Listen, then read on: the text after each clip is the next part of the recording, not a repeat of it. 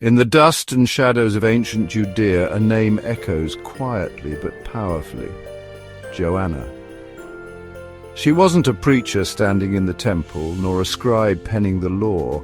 She was a woman of influence, living in the palace of Herod, surrounded by luxury and political intrigue.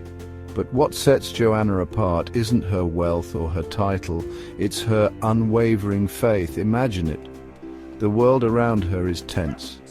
The Romans rule with an iron fist, and the religious elite are quick to judge. Joanna could have played it safe, blending into the gilded halls, never risking her position. But something extraordinary happened. She met Jesus, and in him she saw hope that no palace could offer. Her life changed. I imagine her slipping away from the marble corridors, her heart pounding with anticipation, eager to hear Jesus speak. She saw the miracles, she heard the parables, and she believed. Joanna chose faith over comfort. She stepped out from the shadows of privilege and became a supporter of Jesus' ministry, giving not just her resources but her reputation, her very self. It wasn't easy.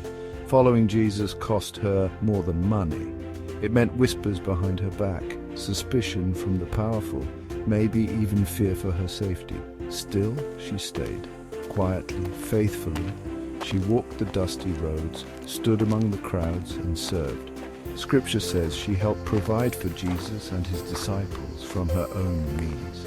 That generosity became part of the miracle, fuel for the mission. And when the world seemed to collapse, when the cross stood stark against the sky and hope seemed lost, Joanna didn't run. She was there when Jesus was laid in the tomb, the weight of grief mingling with faith. Then, in the hush of that resurrection morning, she was one of the first to see the empty grave. She carried the news of life, of victory over death, back to the others. Joanna's journey is more than a footnote. It's a beacon. She teaches me that faith isn't about where you start, but how you finish. It's courage to leave comfort for calling. It's the willingness to give even when it costs, and it's hope that endures even when the world feels dark. So when I think of Joanna, I see a witness, bold, generous, and faithful to the end. Her story invites you and me to trust, to serve, and to proclaim the good news just as she did. Will you answer that call? Will you answer the call?